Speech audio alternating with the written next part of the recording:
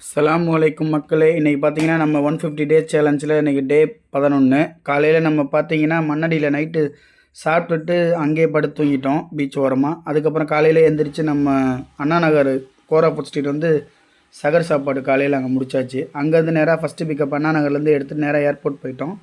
ஏர்போர்ட்டில் வந்து ஒரு வழியாக கஸ்டமரை ட்ராப் பண்ணிட்டு நம்ம ஏர்போர்ட்லேருந்து நெக்ஸ்ட்டு இப்போ எங்கே போகிறோம் அப்படின்னா அடுத்து சவாரி போட்டிருக்காங்க.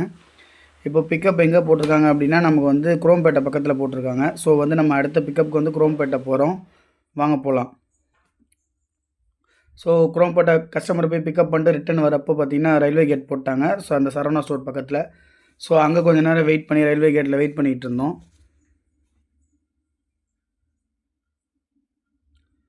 ஸோ ரயில்வே கேட்டில் வெயிட் பண்ணி முடிச்சதுக்கப்புறம் அங்கேருந்து மறுபடியும் கஸ்டமர் ட்ராப் பண்ணிட்டு நேராக வந்து வண்டிக்கு சிஎன்ஜி போட போனோம். பார்த்திங்கன்னா பெருசாலாம் கும்பல் இல்லை மக்களே. எல்லாம் ஒன்றுக்கு ரெண்டாக பரப்பி விட்டு பீதியை கிளப்புறாங்க.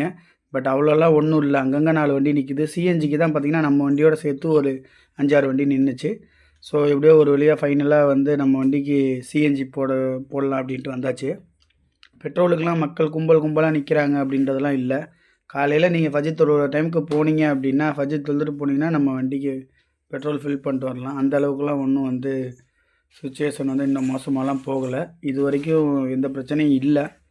என்ன பிரச்சனை அப்படின்னா எல்லா மக்கள் ஆஃபீஸ் போகிற டைமில் ஒரே டைம்லேயே போயிட்டு எல்லாம் மொத்தமாக நிற்கிறதுனால அங்கே கும்பலாக இருக்குது.